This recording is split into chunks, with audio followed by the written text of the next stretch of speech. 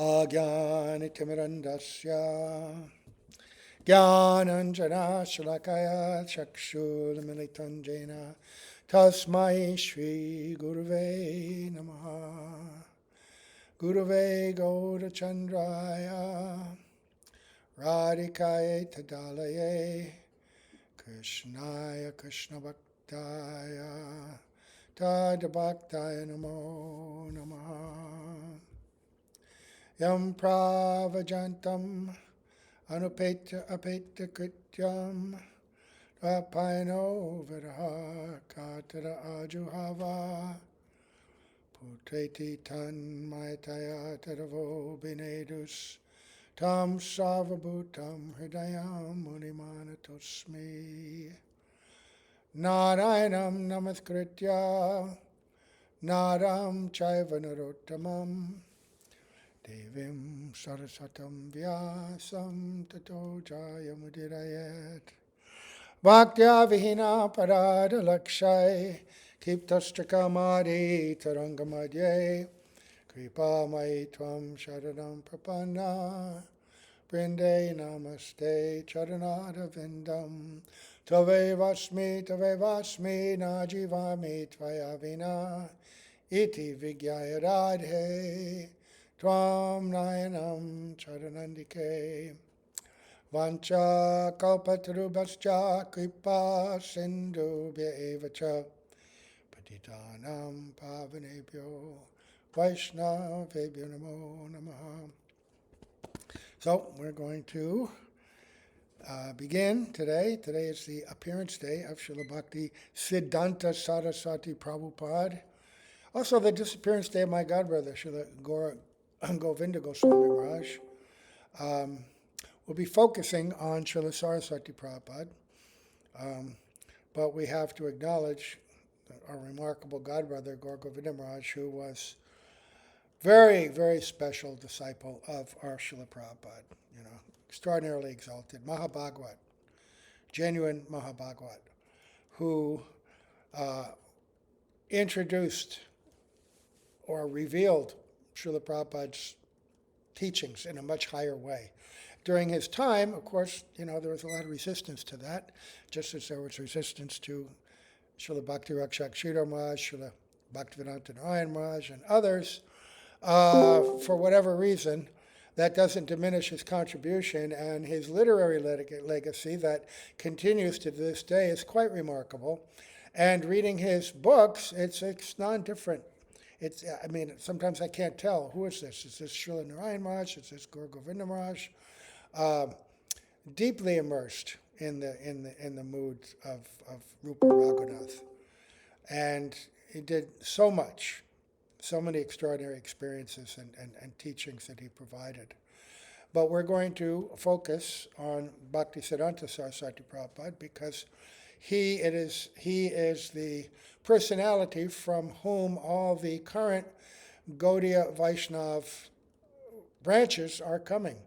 So we're offering obeisances to our Srila Prabhupada, to Srila Bhaktivedanta Narayan Goswami Maharaj, to all of our Guru Varga, and especially today to Sri Gaur Govinda Goswami Maharaj and Srila Bhaktisiddhanta Saraswati Prabhupada. So what I'm going to do for today is I'm going to read from Srila Prabhupada's offerings. The offerings of a self-realized soul, understanding the Manubhishta, what he was trying to communicate, and what he was particularly focusing on. It's very interesting from a spiritual perspective and from a historical perspective, which we'll see when we get into it. But just a little background. Our modern Krishna consciousness movement was, you could say, reawakened and thus inaugurated by Srila Bhaktivedanta Thakur, the seventh Goswami, Saptam Goswami. He appeared in 1836 in Bengal, and his entire life, quite remarkable. And he was the one who was responsible for reviving, discovering the literatures of the six Goswamis, also revealing Mahaprabhu's teachings in the way that they were actually taught. Chaitanya Charitamrita, Chaitanya Bhagavat, all these literatures that he discovered, acquired with difficulty. By the time that he'd appeared, these literatures were a bit hard to find. But within a generation, they became textbooks in the major universities in India. He provided the framework for Nam Hatha, establishing temples, the standards, what it really means to be a Rupanuga. But then he wanted to actually preach this mission. He himself was engaged as a grihasta, and under the employ of the British government, he was a magistrate, highest position you could get as a civil servant as an Indian. And he was very expert. He was always sent to the most difficult areas. And yet, despite his incredible burden or work, he did so much in terms of literature and teaching practical Krishna consciousness. Wherever he went, he established Nam Hatas, teaching to grihastas who would then carry on and preach in their own homes. But he wanted to expand the preaching in a much bigger way. And knowing that his own role was going to be very specific, he prayed to the Lord for a ray of Vishnu. You please send a special empowered personality to come and put your divine teachings into an evangelical way, a Sankirtan, the marketplace of the holy name. Wanted to fulfill the example and the desires of Nityananda Prabhu. And so he prayed for that. And while he was in Puri, as the magistrate there, his wife gave birth to a child. And that child, the astrological signs of that child were all extraordinary, topmost in every single way. And not only that, when he was born, not only being physiologically very beautiful, all the symptoms and signs of a Mahabhagavat, he had markings of tilak and kanti and neck beads on his body, naturally. And his umbilical cord was wrapped around him like a Brahmin thread. Right? And Srila Prabhupada, when he would speak about that, he would beam and smile, and he said, Brahmin by birth, my Guru Maharaj, right? He was already, like Shukadev Goswami, he's already pure and realized. And from the youngest age, he exhibited the demeanor of a very grave and deep soul, very, very mature, and from a young age began reading and memorizing Bhagavad Gita, other scriptures, and wherever his father went, even though Bhaktivedanta Thakur had many children, this boy was always with him. Wherever he went, speaking, because Bhaktivedanta Thakur also engaged in many speaking engagements, the boy went with him and heard his expositions, heard his speciality and how he would present these teachings of the Goswamis in a way that modern people could understand. Because acharyas, they preach according to time, place, circumstance, audience, eligibility. And Bhaktivedanta Thakur was preaching in the modern age. The Industrial Revolution, scientific revolution was in full swing. And when you read his writings, you can see, he was so educated in all of these things.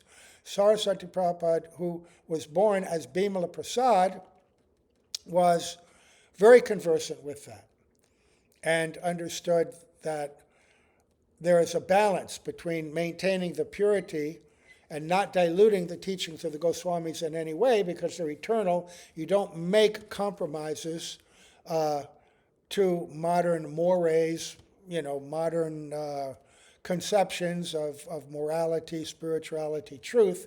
Truth is absolute and eternal.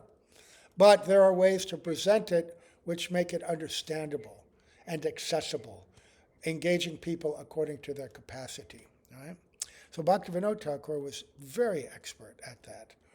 And Saraswati Prabhupada embraced that. And then when you read Srila Prabhupada's writings, you see the current of Bhaktivedanta Thakur, that liberality and that adjustment, and you also see the rigid undeviating attention to the proper Siddhanta from Bhaktisiddhanta Sarasvati Prabhupada, how to do that, right? Both were there. So Bhaktisiddhanta Sarasvati Prabhupada, from a young age, also began to actually assist his father in editing, helping him edit his works, and traveled everywhere with him. And he also became very expert in astrology. In fact, he became the most expert astrologer in all of India. And the president of the University of Calcutta had a special department, astronomy and astrology together, because they're really non-different. They just have different applications. And he wanted Bimala Prasad, the son of Bhaktivedanta Thakur, to take that position, take the chairmanship of that department, even though he had not completed his formal education. But he said, I've not come to this world to count the stars in the sky. I have a different mission. And he said, well, as long as you are on this planet, no one else will fulfill that, will be in that seat, because you're the only one who's qualified, right? Because when he had, at a certain age, he did go to university, but he didn't stay long. He read the entire library, Vedic library that they had, and reading one time, he's a Shrutidar. He memorized everything perfectly, reading once, and understanding.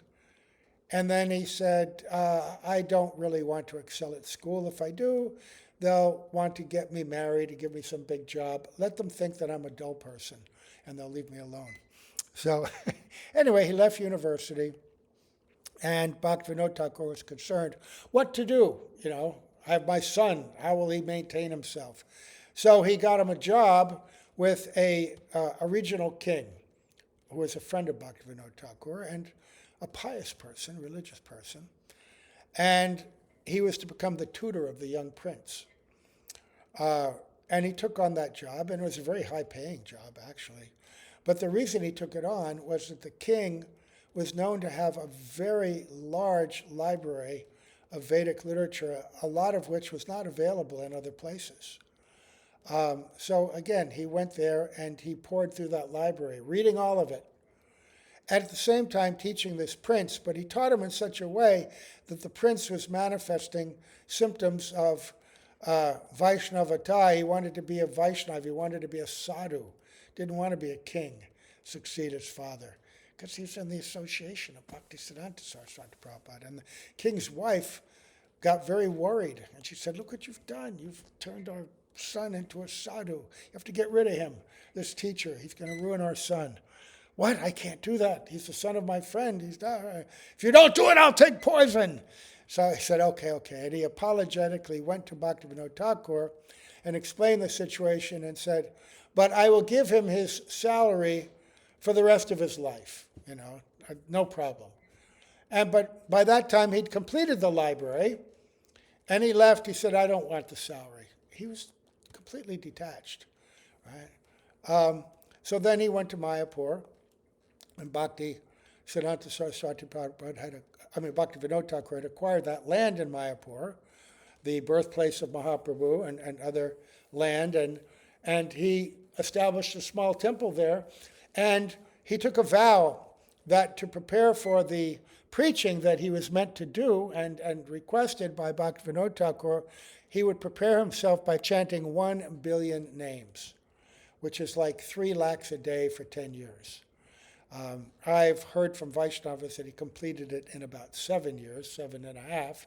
So, but during that time, he was also associating with the advanced and qualified Vaishnavas, Babajis, in Navadvip, like persons like Gaur Kishore Das Babaji, who was a very dear friend of Bhaktivedanta Thakur, considered Bhaktivedanta Thakur like his Shiksha Guru. He had come from Vrindavan, and it came time for Saraswati Prabhupada to take initiation, but there was no one qualified in Navadvip at that time. There were many Babajis and many Vaishnavas of different degree, but the message of Mahaprabhu had been diluted and changed by so many sahajas and opposite sampradayas. So there was one. There was Gaur Kishore. And Bhaktivedanta Thakur said, you should take from him. And Saraswati Prabhupada had great faith in Gaur Kishore Das Babaji Maharaj because he saw his character. He would come sometimes to the Sonanda Sukhada Kunj, the place of Bhaktivedanta Thakur's retirement and bhajan, right? And he would go there, and Saraswati Prabhupada would go there, and a few very highly qualified Babajis. And just like during the time of the Jaiva Dharma that Bhaktivedanta Thakur describes, where exalted Babajis would come and discuss high-quality topics, Bhaktivedanta Thakur, Bhaktisiddhanta Saraswati Prabhupada, Gaur Kishore Das Babaji Maharaj, and others would be there discussing. And in that company, he developed great faith in Gaur Kishore Das Babaji Maharaj, and he could see him as a perfected soul. Interesting, though, because Bhaktisiddhanta Saraswati Prabhupada was completely the most learned person in India. There's never been a philosopher in Vaishnava philosophy learned in Vedic texts like Bhaktisiddhanta Saraswati Prabhupada since Jiva Goswami. Jiva Goswami was considered the topmost scholar, unparalleled, and no one could compare until Bhaktisiddhanta Saraswati Prabhupada. He was like a second Jiva Goswami. Right. So he was of that caliber, and Gaur Kishore Das Babaji Maharaj was basically illiterate. In his early life, he had been a merchant. His wife died early. He immediately left and went to Vrindavan to do deep bhajan. And he came to Navadvip later, and he was illiterate in the sense that he was no Sanskrit scholar or anything like that. And yet, he was so deeply aware of the scripture and of their conclusions that he could enter any assembly and speak on the highest level and correct them on the subtle points of tattva and the analysis of shlokas, which he would do occasionally wandering around Navadvip. So Saraswati Prabhupada, the most educated, took complete shelter of this person who by worldly standards was not, but by spiritual standards was the most. And Bhaktisiddhanta Saraswati Prabhupada said, if I had ever seen that he was not fully engaged even for 1 second a day, I would not have had faith in him. But he was fully absorbed. Think about that. 24 hours a day, even apparently when in sleep. But Gaur Kishore, they don't know if he slept. If he did take rest, he'd just find some boat that some boatman or fisherman had, and he'd go sleep under that. Even during the winter, he had no place that he would stay. So he took initiation from him with difficulty, just like Narottam Das had to convince by great effort Lokanath Das Goswami, so Saraswati Prabhupada had to convince by great effort Gaur Kishore Das Babaji, who didn't want any disciples. Finally, Bhaktivedanta Thakur says, if you don't give him initiation, he will give up his life. So he consented. All right. So he saw in Gaur Kishore Das Babaji, he saw him as non-different from Raghunath Das. And he saw Bhaktivedanta Thakur like Swarup Damodar. Right? And Bhaktivedanta Thakur, who is he? He Kamala Manjari, but empowered Gaura Shakti Sarupaya. He was empowered by Gadadhar Pandit personally, like Srimati Radhika. He was a messenger of Gadadhar Pandit, of Srimati Radhika, for the modern age.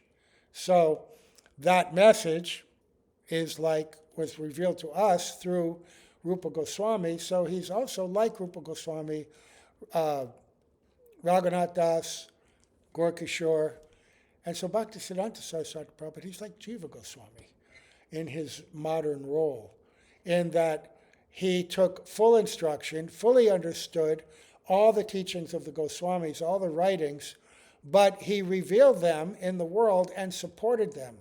Jiva Goswami's writings were meant to support with unshakable philosophical evidence, scriptural evidence, and conclusions, so that no one could overcome what Rupa Goswami had written, right? And Bhaktisiddhanta Sarasvati Prabhupada did the same thing. He did the same thing. But he also had to teach at a time when misconceptions about Gaudiya Vaishnavas and Vedic conclusions were rampant. Mayavad, impersonalism, materialism, all of these upper sampradayas, Gauranagiris, Sakibeki, all these different schools of thought which completely polluted the pure Vaishnava conception. So a great deal of his mission, he admitted, was jungle cutting. And he wanted also, and he did, present the secrets of Rupa Goswami, but he was very cautious in presenting them, even among his own disciples. He was very cautious about what he would teach and what he would allow them to read and not read. Certain ones were granted full access, others were not, right?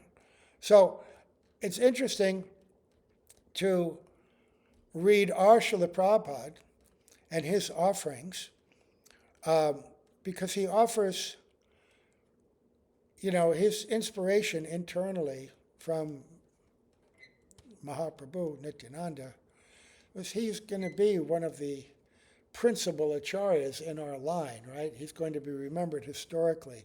And his contribution and the way he presented this philosophy and understood it in his time and place is very instructive.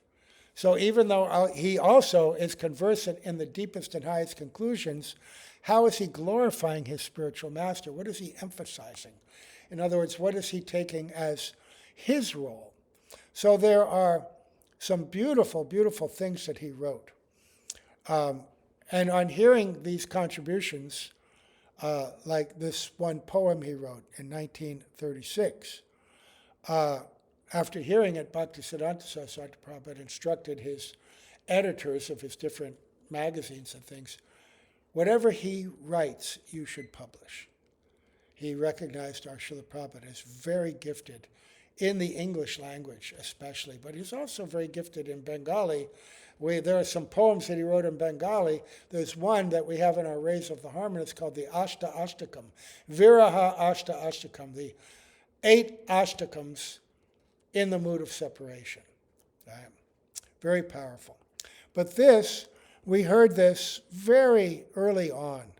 This was available to us. And it was in 1936, and it was one of 2 historic tributes, it says, to his spiritual master. Actually, he wrote more than that, but this essay, this poem called The Universal Teacher. Okay, there's a poem. Oh, and then there's the lecture. Okay, yeah. I know that lecture he's talking about. I have that here. And so, here it is. It goes in 1936. Srila Prabhupada was in Bombay when he composed and offered 2 historic tributes to his spiritual master, His Divine Grace, Bhaktisiddhanta Sarasvati Thakur. This is from What is this? What page is this? Oh, it's from my godbrother's webpage, who's passed on. His name was Ansaduda Das. Both were published in The Harmonist on the occasion of the Vyasa Puja celebration of Srila Bhaktisiddhanta Sarasvati Thakur's appearance. The poem delighted Srila Bhaktisiddhanta Sarasvati Thakur, who appreciated the 6th stanza in particular, noting that it captured the essence of his preaching work, defeating impersonalism. So, listen to this. Adore, adore ye all the happy day, blessed than heaven, sweeter than May, when he appeared at Puri, the holy place, my Lord and Master, His Divine Grace. O my Master, the evangelic angel, give us thy light, light up thy candle, struggle for existence, a human race, the only hope, His Divine Grace. Misled we are, all going astray. Save us, Lord, our fervent pray. Wonder thy ways, to turn our face. Adore thy feet, your divine grace. Forgotten Krishna, we fallen souls, paying most heavy the illusion's toll. Darkness around, all untrace, the only hope, his divine grace. Message of service thou hast brought, a healthful life as Chaitanya wrought. It's full of grace, that's your gift. Oh no, unknown to all, it's full of grace, that's your gift, your divine grace. And here's the 6th verse. Above absolute is sentient, thou hast proved. Impersonal calamity, thou hast moved.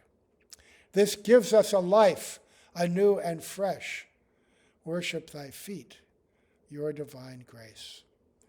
Had you not come, who has told the message of Krishna, forceful and bold, that's your right, you have the mace. Save me a fallen, your divine grace. The line of service, as drawn by you, is pleasing and healthy, like morning dew. The oldest of all, but in new dress, miracle done, your divine grace. So many things put into that. First of all, of course, the best of months in India, May, right? When spring is fully blossoming and giving her gift, of Puri, that most sacred place, right? Happy, happy day, of course, all auspiciousness. Evangelic angel, you've descended from above as an evangelic personality to spread this mission. You are the abode of light, of knowledge, of enlightenment. Give us that, bring us to that, right? We're struggling, and you're our only hope. And we're misled. We're all chasing after illusory things, right? But now, save us. We're praying to you. We're astonished. We can't understand. We wonder thy ways, right? And we're turning our face to you in reverence and awe, right? And we have forgotten Krishna. We are fallen and suffering so much, paying most heavy illusions toll. Toll, what's a toll? You go on that road, you got to pay, right? And this toll road, it's a cheater's toll road. It's a high price, and it's a bad road, full of potholes, unpaved in places, washed out, a road to nowhere. Darkness around, right? All untraced. What do we know? What can we do? You're our only hope. So what is it? Message of service thou hast brought. A healthful life, as Chaitanya wrought. Message of service, right? Service to the real thing, reality the beautiful. That which Mahaprabhu himself came to taste and experience and show in the most beautiful, delightful way, which we've been reading the pastimes of Mahaprabhu. So extraordinary, so wonderful. It's unknown in this world. When you came, who knew of this? It's full of grace. What is that? That's an old expression, right? It is that which a brace holds things up. It makes things strong and supports, right? It supports a healthful and proper spiritual life. Absolute is sentient. This is the verse. Thou hast proved. God is a person, right? The absolute is not impersonal. The impersonal conception is a calamity. It's destruction to the soul. And you've moved that out of prominence, right? This is the big war that's going on in this material world. Materialism, in its highest form, in its most selfish form, results in impersonal goals. Materialism means selfish pursuit of pleasure within the realm of this universe. When you become dissatisfied with that and realize this is what I can't get it here, then you pursue, because you've not awakened the mood of loving service, you still want to be the Lord, the Purush, so you look to become God. And the only way that you can do that is merging into the impersonal energy. As long as you recognize sentient, creative consciousness, which has designed all of this, and which you are not, you're under the control of this, you're not the controller, impersonalism removes that obstacle to you. Yes, you can be that, right? You are that. Tattvamasi. But that's a misunderstanding of that statement. Yes, you are that. You are spiritual, but you are not the supreme spiritual. Nityo, Nityanam, Chaitanas, Chaitananam. So, Bhaktisiddhanta, Sarasvati, Prabhupada, our Srila Prabhupada, they were constantly cutting that jungle of impersonalism, because as long as that exists in the heart, true mood of love and affection cannot develop there. Had you not come, who told the message of Krishna, forceful and bold, right, then what would our position be? You have the mace, you have the club, you have the power. You are extraordinary, and the line of service drawn by you, pleasing and healthy like morning dew. Why do they say that? We don't know that anymore, but morning dew, if you're on the grass and you go out in the, just as the sun's rising and the sun's shining on that morning dew, when you walk on that with bare feet, it gives you tremendous energy and purification, right? Morning dew. The oldest of all, but in new dress, this line of service, right? In other words, this is very significant. You are now making this accessible to modern people, not constrained by, say, the Manu Samhita or even the rules and regulations of Hari Bhakti Vilas. Take up the chanting of Hare Krishna. Begin from there. Not to be constrained by Varnashram as the gateway to your bhakti. Make bhakti your practice and everything else will follow. So, that amazing prayer, very pleasing to Srila Bhaktisiddhanta Saraswati Prabhupada. Then, there's another offering. There were two prayers that he wrote in Bengali that we have. One is in our Rays of the Harmonist, which I think was done in 1959, the year he took sannyas. And this is 1961. And this is, where is this one found? Krishna.org.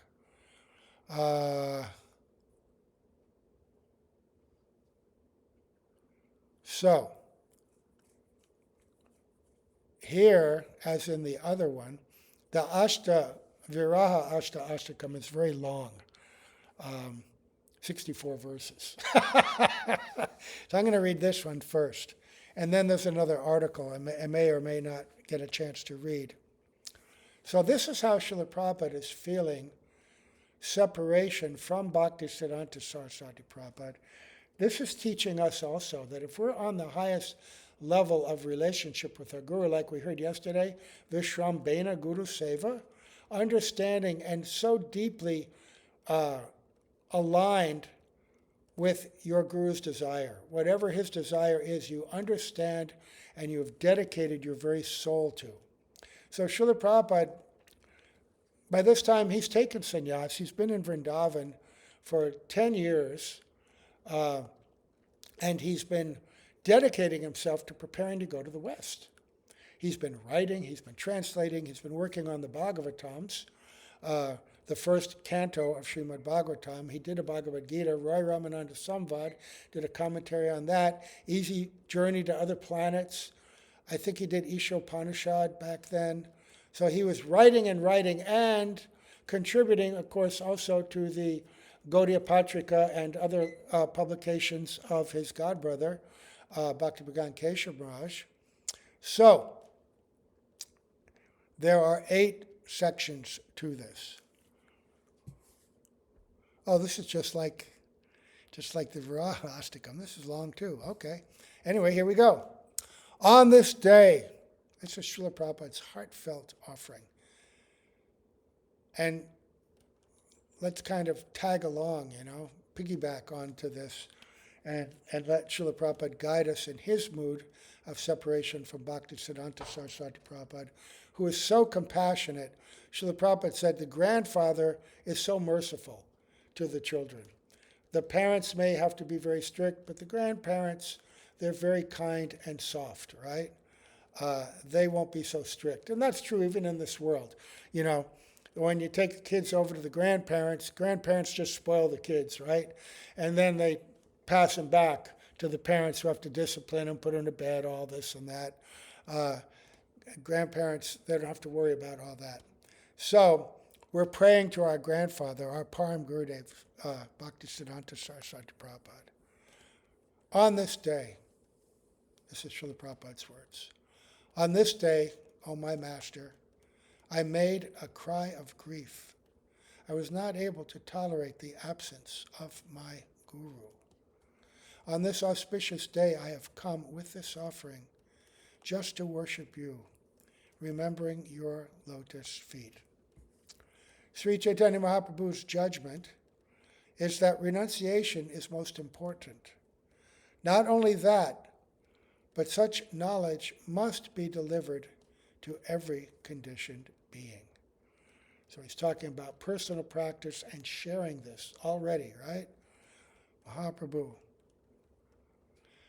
The beginner in devotional service has no ability to solve this dilemma, but you are a Mahabhagavat. You have given us direction. One bewildered by ignorance, what kind of renunciate can he be? He will only be a Palgul Vairagi, renouncing externally. Very important.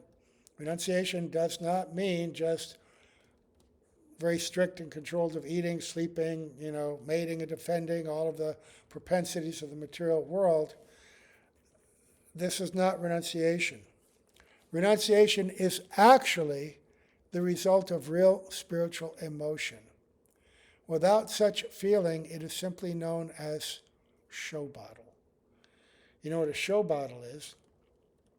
In the windows of the pharmacies, they would put all these bottles of the medicines they would sell, right? But they wouldn't put in the real medicine itself because that'd spoil in the sun. So they take an empty bottle with the label, put it in the window, maybe fill it with water or colored liquid, so it looks like the medicine. But it's not. It's a show bottle. If you drink from that bottle, you won't get anything.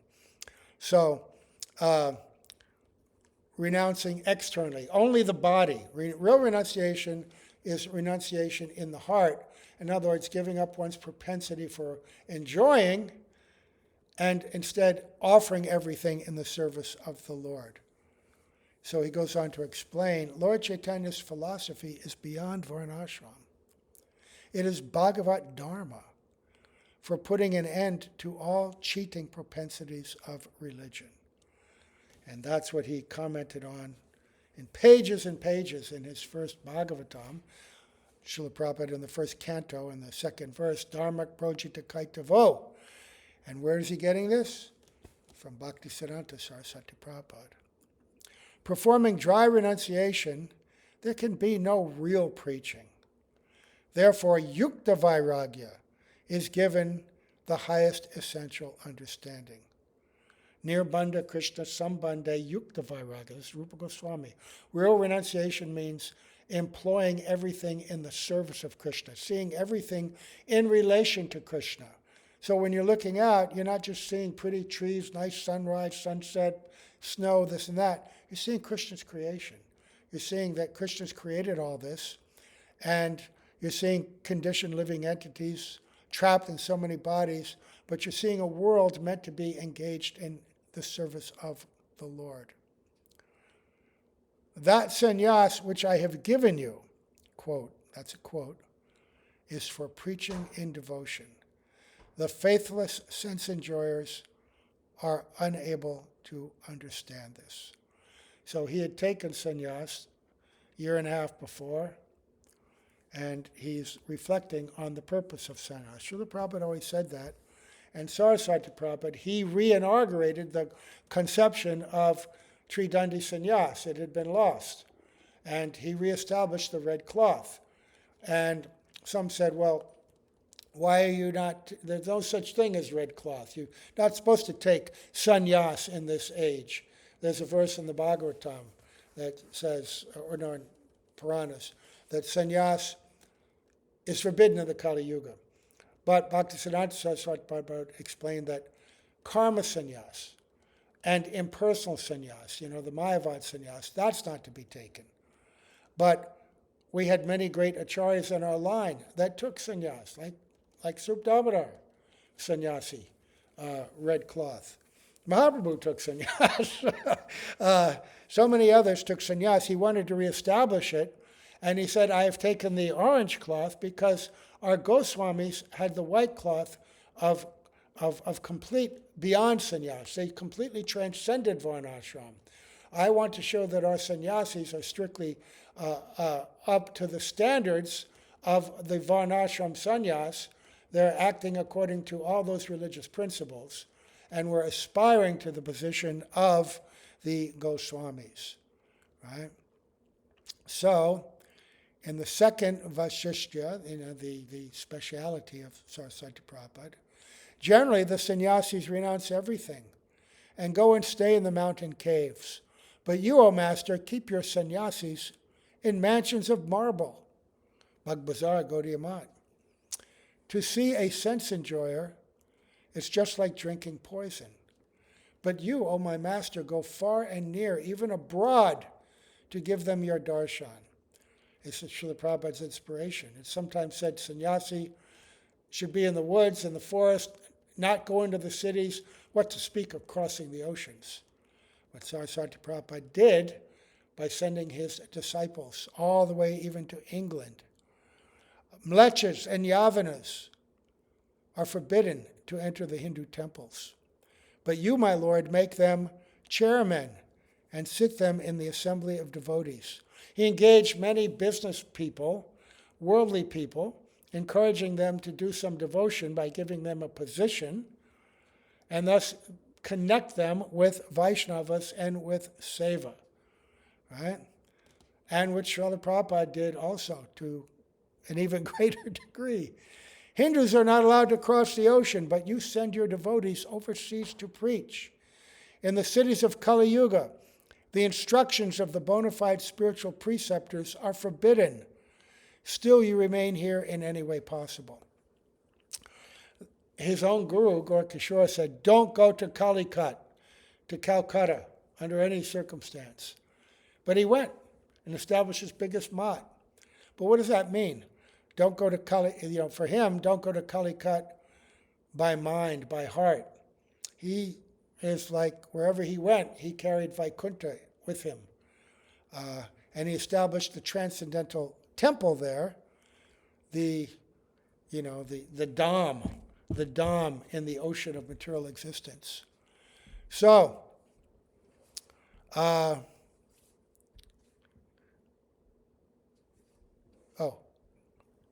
the devotees want to hide in a secluded place to perform their bhajan. You, however, do not accept this in your judgment. He had one devotee, very advanced, but he was like a Babaji, just chanting. And Bhakti Rakshak Sridhar Maharaj, he was associating with him.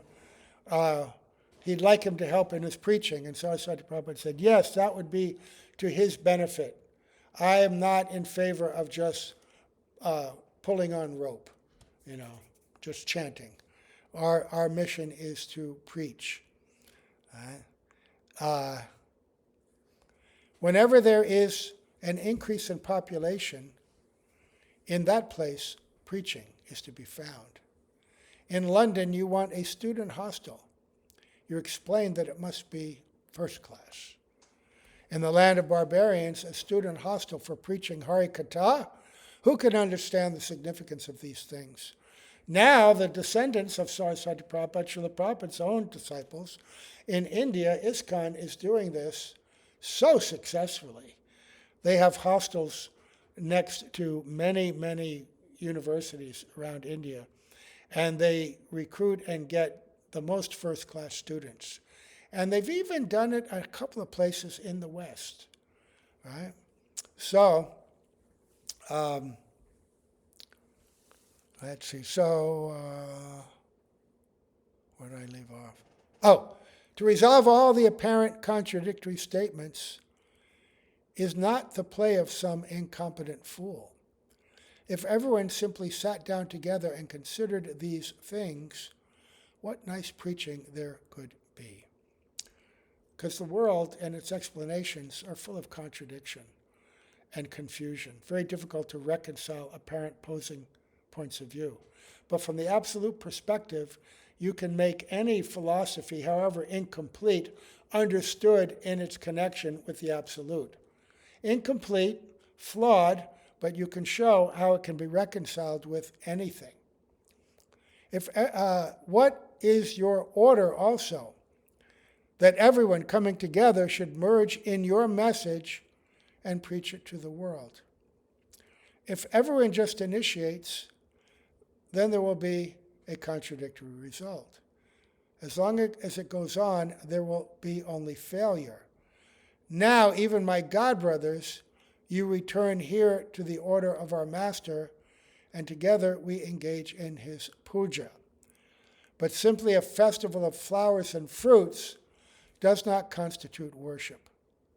The one who serves the message of the Guru really worships him. The service of the message is the real meaning of the Vedas.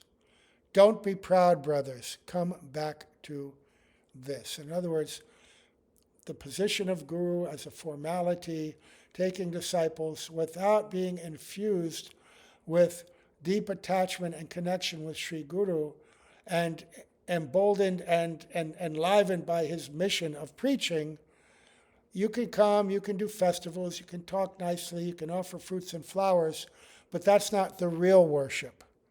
It's something, but it's not the real thing. And he's calling to his God brothers, you're all separate. Let's worship our Guru Maharaj together and cooperate. The service of the message is the real meaning of the Vedas. Don't be proud, brothers. Come back to this. Kalidas Nag, he is somebody, famous person who Sarasvati Prabhupada defeated, later became his disciple. That master said in public forum one day that Kali's mission was to kill the entire world, while the essential meaning of Lord Chaitanya's message was kept locked in a cage. So in other words, the message of Kali, which sometimes preachers think we have to compromise to in order to get people to appreciate our message, give them a concession, make it palatable to them, adjust the teachings of our acharyas so they won't get disturbed and take offense. That's what he's saying. If you do that, then you lose. You keep Mahaprabhu's real message locked in a cage. It's one or the other. Oh, shame, my dear brothers, aren't you embarrassed? In the manner of businessmen, you increase your disciples, right, by making these compromises. Our master said to preach. Let the neophytes stay in the temples and ring the bells. Okay? So all the temples, that doesn't mean there shouldn't be temples, shouldn't be pujaris. That means the temples are basis for preaching. In ISKCON, when Srila Prabhupada was pushing book distribution to an incredible degree, the disciples were so enthusiastic to fulfill that particular desire that one time when he came to one temple, they said, Srila Prabhupada, we've stopped all other services. Now we're only distributing books. And he said, what do you mean? You're not worshiping the deity, you're not cooking for the deity, you're not, cleaning the temple, this and that. All services must be there. But all services are supportive of the preaching. That's the idea. So a nice temple should be supportive of the preaching, and when it does that, it fulfills a purpose, right? So farms, if they're like bases, Srila Prabhupada said, and we can have temples that are farms. As he had that idea also to create like a Vedic community and show the model of self-sufficiency, preaching. But just to go to retreat someplace and be comfortable and no preaching, then there's no use to that, right? No use. Everything is meant for preaching. He says, all these things are not our spiritual master's preaching methods. These are all the things of the Catskill Swamis. Let's see. Oh, I'm going to read one more of the poems. And I won't talk, I'll just read the whole thing. But just take a look at the terrible situation that has arisen. Everyone has become a sense enjoyer and has given up preaching. In the temples, they have also begun to lock the doors. Preach this Bhagavat Dharma, don't hesitate. Within this world is another world, whose sound is the unequaled penetrating force. The transcendental world has come, descended, right? The preaching that, it's a quote, it's an old Muslim saying, Mula only goes as far as the mosque and no further. In other words, preaching is only in the temple and, no further than that. That should be put to an end today, right? That only in the mott, only in the temple, it's the real devotional life, is the real preaching. No. From the seas across the earth, penetrate the universal shell, come together and preach this Krishna consciousness. Prabhupada's vision was not even just this one planet, but everywhere throughout the universe, even beyond the limits of the material universe. Then our Master's service will be in proper order. Make your promise today. Give up all your politics and diplomacy, all the infighting, all the contradictions, all the, striving for position and accumulation. Everyone come together on this day and make your valued comment. The 5 of you get together and decide what should be done. I guess there were 5 strongest Mats at that time. I don't know. You have become renouncers, brothers, so renounce everything. But if you also renounce the order of the spiritual master, then what kind of renunciation is that? The one who renounces the Guru's order, Guru Tyagi, and the one who tries to enjoy the assets of the spiritual master, Guru Bhogi, are 2 kinds of useless persons. First, become a servant of your spiritual master, Guru Sevi, and then you will understand things clearly. That's a wonderful line to end on. We only got partway through this. We will certainly need to speak about Bhaktisiddhanta Sarasvati Prabhupada and what our Srila Prabhupada understood his mission and message to be. We'll certainly continue this more tomorrow. And continuing on with this theme, one who renounces the Guru's order, Guru Tyagi, and one who tries to enjoy the assets of the Guru, be comfortable in the temple and the facilities, right? Useless. First become a servant of your spiritual master, Guru Sevi. Live there but do service. Then you will understand things clearly. Bhaktisiddhanta Saraswati Prabhupada talked about the mat and he lamented, now we have a barn full of barren cows. In other words, barns are meant to house the cows that are giving milk or the oxen that are plowing the fields. If you're not doing any of those things, then go out to the fields and eat to your satisfaction, but don't take up the energy of the maintainers of the barn, the cowherd men and women, We don't want barren cows in our temples. Let them go and be as they will be, but the temple is meant for seva, for preaching. Right? Otherwise, what's the point? So, we will stop here. Reluctantly, we'll stop here. And we'll continue hearing more tomorrow. We must. So all glories to our Srila A.C. Bhaktivedanta Swami Prabhupada. All glories to Srila Bhaktisiddhanta Saraswati Prabhupada. All glories to Srila Bhaktivedanta Narayan Goswami Maharaj. There are many lectures that he gave on this day also. If we understand and know how to follow Bhaktisiddhanta Saraswati Prabhupada truly, then we'll understand the entire Gaudiya Math, the entire preaching mission of Sri Chaitanya Mahaprabhu in the modern age. All these statements, all these lessons should be applied to our modern experience and life and purpose. Okay, so we'll stop here. Gaur Premanande, Hari Hari Bol. All right.